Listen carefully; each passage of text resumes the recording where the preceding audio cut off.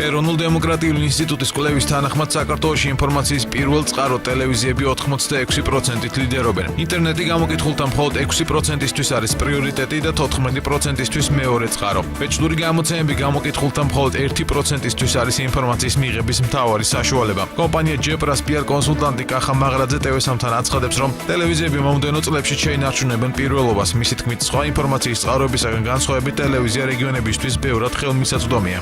Ტენდენცია აჩვენებს თქვა წინაკრებებთან შედარებით, რომ იზრდება ინტერნეტის როლი და ეს ბუნებრივია, იმიტომ რომ თქვათ მეტი მომხმარებელი ყავს უკვე ინტერნეტს, მეტი მომხმარებელი ყავს სოციალურ ქსელებს და შესაბამისად ადამიანს ურჩევნია, რომ ერთ ადგილას იყოს და იქიდან მიიღოს ინფორმაცია.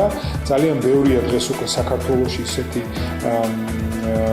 ინტერნეტ მომხმარებელი, ვინც ვთქვათ, რომელიმე განსაკუთრებით Facebook-ის მომხმარებელი, თუმცა ერთ საკუთარ გვერდზე არის და იქიდან იღებს ყველა ინფორმაციას.